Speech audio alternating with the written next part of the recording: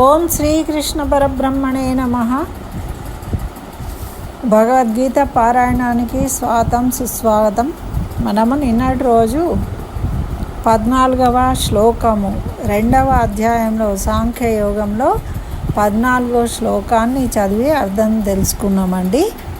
అయితే ఈరోజు 15, 16 ఉదయం 15 సాయంత్రం 16 శ్లోకాన్ని తెలుసుకుందాం.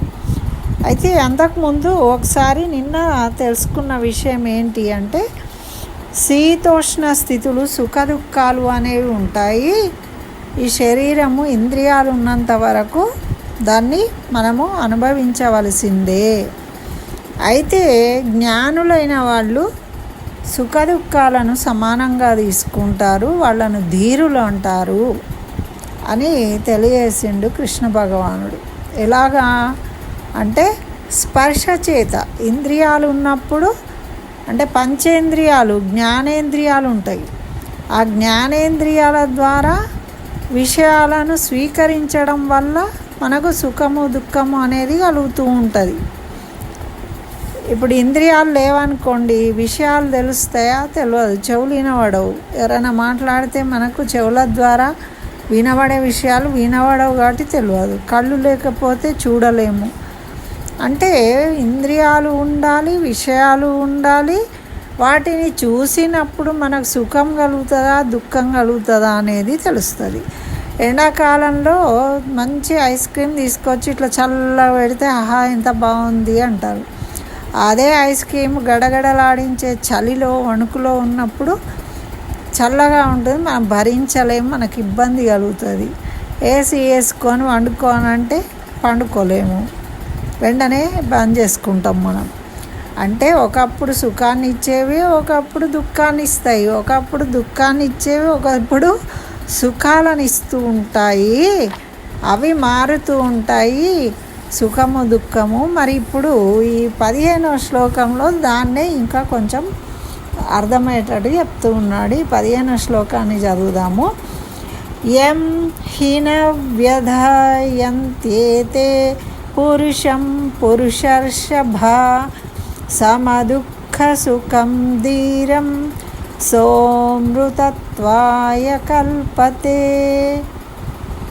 ఇక్కడ దీని అర్థం ఏమంటున్నాడంటే, పురుష శ్రేష్ఠుడవగు అర్జున, ఎలా పిలుస్తున్నారు చూడండి. ఓ బుద్ధిమంతుడా, నువ్వు బుద్ధిమంతుడు రా, వింటావు, నాకు తెలుసు, కానీ నీకొకటి చెప్తా, ఇట్లా చెయ్యి అంటాం మనం. బుద్ధిగారిసి ముందే మంచోడు అన్నప్పుడు వాడు చచ్చినట్టు వింటాడు అని. ఇక్కడ కృష్ణ భగవానుడు అందుకే చెప్తున్నాడు, నువ్వు శ్రేష్ఠుడివి పురుషులలో, అటువంటి వాడివి. సుఖ దుఃఖంలో యందు సమబుద్ధి కలిగిన ఏ ధీర పురుషుణ్ణి ఈ మాత్ర స్పర్శలు బాధించలేవు. అట్టివాడు మోక్షాన్ని పొందటానికి అర్హుడవుతాడు అని చెప్తూ ఉన్నాడు. అంటే పురుష శ్రేష్ఠుడివి కదా నువ్వు, మరి సుఖ దుఃఖాలను సమానంగా తీసుకోవాలి అని చెప్తూ ఉన్నాడు ముందే. సుఖ దుఃఖాలను సమబుద్ధి కలిగి ఉన్నవాడు ధీర పురుషుడు అవుతాడు. మరి పురుష శ్రేష్ఠుడు అన్నప్పుడు అలాగే ఉండాలి కదా. అందుకని ముందే ఆ మాటతో ప్రారంభం. అంటే ఇది మా పిల్లలను అనునయించేటప్పుడు వాళ్ళు దారి తప్పకుండా ఉండడానికి వాళ్ళతోని ఈ విధంగా సున్నితంగా వాళ్ళని పొగుడుతూ వాళ్ళని దారికి తెచ్చుకునే విధానం అన్నమాట. మరి కౌన్సిలింగ్ అంటే ఇంపాక్ట్ ప్రోగ్రామ్స్ ఇవన్నీ ఏంటి అండి? ఇలా మాటలు నేర్చిన వాళ్ళు మాటలు చెప్తూ ఉంటారు, వాటికి వీళ్ళు ఆకర్షితమయ్యి చేంజ్ అవుతూ ఉంటారు. అలాగా తల్లిదండ్రులు కూడా ఇంట్లో పిల్లలకు అలా ఉద్గరిస్తూ చెప్పాలి, మార్చాలి వాళ్ళను. అయితే ఇక్కడ ఏమన్నాడంటే, మాత్రా స్పర్శలు. మాత్రలు అంటేనేమో ఇంద్రియాలు, స్పర్శ అంటే ఏంటిది? పంచేంద్రియాలు, జ్ఞానేంద్రియాలు. స్పర్శ అంటే తాకడం. మరి ఏం తాకుతాయండి? శబ్దాలు వచ్చి చెవులను తాకితే మనకు వినబడుతుంది. అప్పుడు మంచి శబ్దాలు అయితే ఆనందం అవుతుంది. మంచి పాట విన్నామనుకోండి, అప్పుడు ఆనందం అవుతుంది. కొంతమందికి మరి ఢమఢమ శబ్దాలు వినబడ్డాయి అనుకోండి, వెంటనే ఏం చేస్తాం? చెవులు మూస్తాం. అంటే అది మనకు సుఖాన్ని ఇవ్వదు, అది మనకు ఇష్టం కాదు కదా. ఇప్పుడు కొంతమంది డిస్కో డమడమ డప్పులు వాయిస్తూ పాడే పాటలు కొంతమంది ఇష్టంగా వింటూ ఉంటారు, వాళ్ళు డ్యాన్స్ కూడా వేస్తూ ఉంటారు. కొంతమందికి ఏమో ఆ శబ్దాలు వింటూ ఉంటే వాళ్ళకి దడలేస్తూ ఉంటుంది, అందుకని చెప్పి వాళ్ళకి నచ్చదు. అంటే ఒకళ్ళకి నచ్చేది ఒకళ్ళకి నచ్చంది ఉంటుంది కదా. ఒకడికి సుఖాన్ని ఇచ్చేది ఇంకోళ్ళకి సుఖం ఇయ్యదు, ఒకళ్ళకి ఇష్టమైంది ఇంకోళ్ళకు ఇష్టం కాదు. కాబట్టి ఇది ఇష్టము ఇది కష్టము అని ఎట్లా చెప్తామండి? మనము చెప్పలేము ఏది కూడా. అందుకే అన్నిటినీ సమానంగా చూడాలి. ఇప్పుడు నీకు నచ్చని విషయము నీ ఎదుటోడికి నచ్చింది, నచ్చినప్పుడు నువ్వు నచ్చలేదు అనరాదు, నోరు మూసుకొని ఉండాలి. ఇప్పుడు ఒకళ్ళు అన్నం తింటున్నారండి, ఒక కర్రీ వేసుకున్నాడు, టమాటో వేసుకున్నాడు, ఈయన కూడా టమాటా, అరే నాకు టమాటా నచ్చదు నేను తినను, నువ్వు ఎట్లా తింటున్నావురా అబ్బా అన్నారు అనుకోండి. అంటే ఆ మనిషికి బాధ అవుతుంది, ఆ మనిషికి ఇష్టం అనుకో, అప్పుడు మనం అవమానపరిచినట్టే కదా. ఇవన్నీ మనకు బుద్ధి ఎందుకు చెప్తున్నారు? అదే ఒక మర్యాద, సంస్కారం అంటారు దాన్ని. కొంతమంది అంటూ ఉంటారండి, అబ్బాయి ఎట్లా తింటున్నావే అది అంటారు. ఎట్లా తినడం ఏందండి?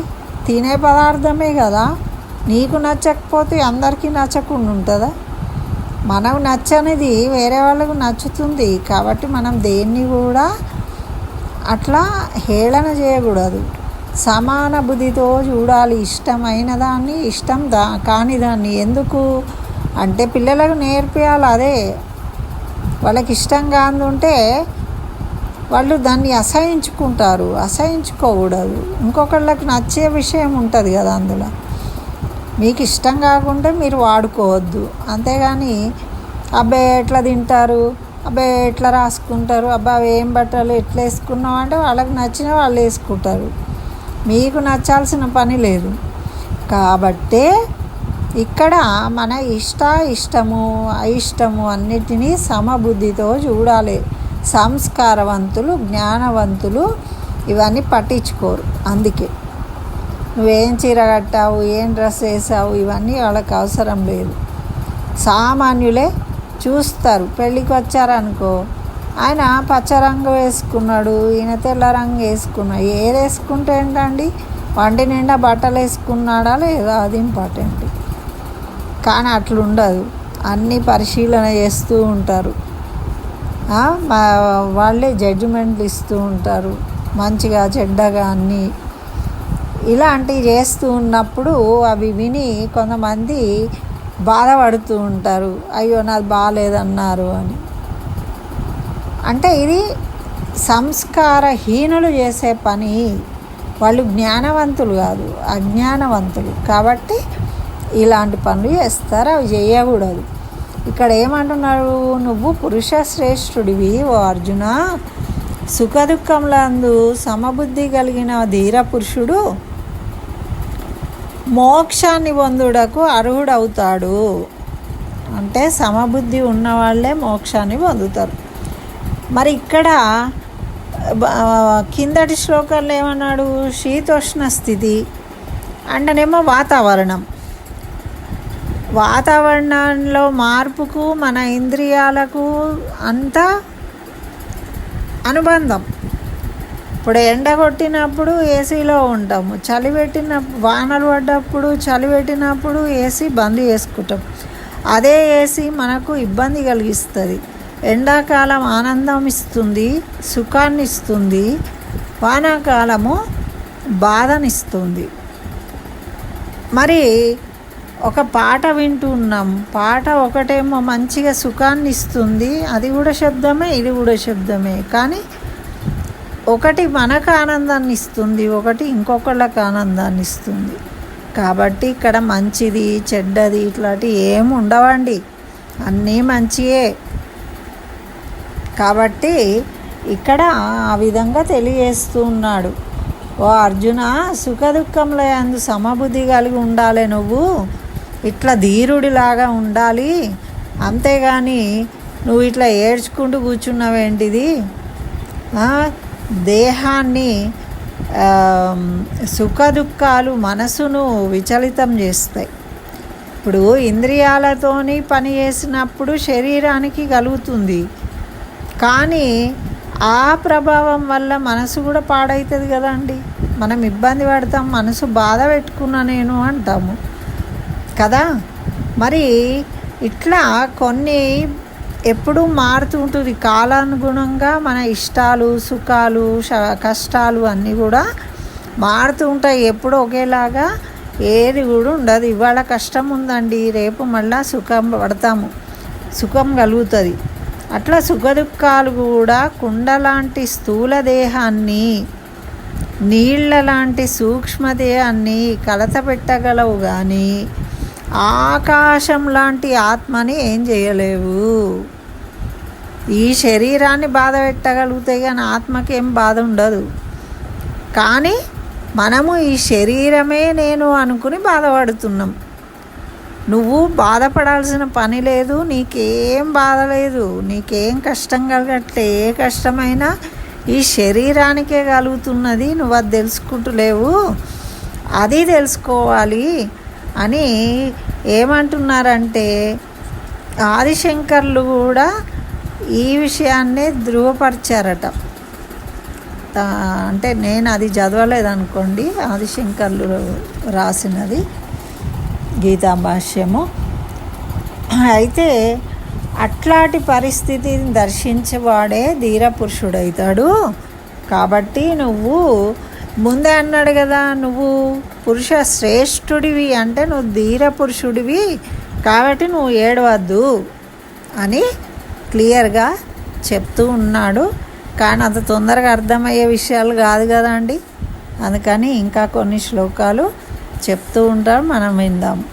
మరి 16వ శ్లోకంతో మళ్ళీ సాయంత్రం కలుసుకుందాం. స్వస్తి. సర్వం శ్రీకృష్ణ చరణారవిందార్పణమస్తు.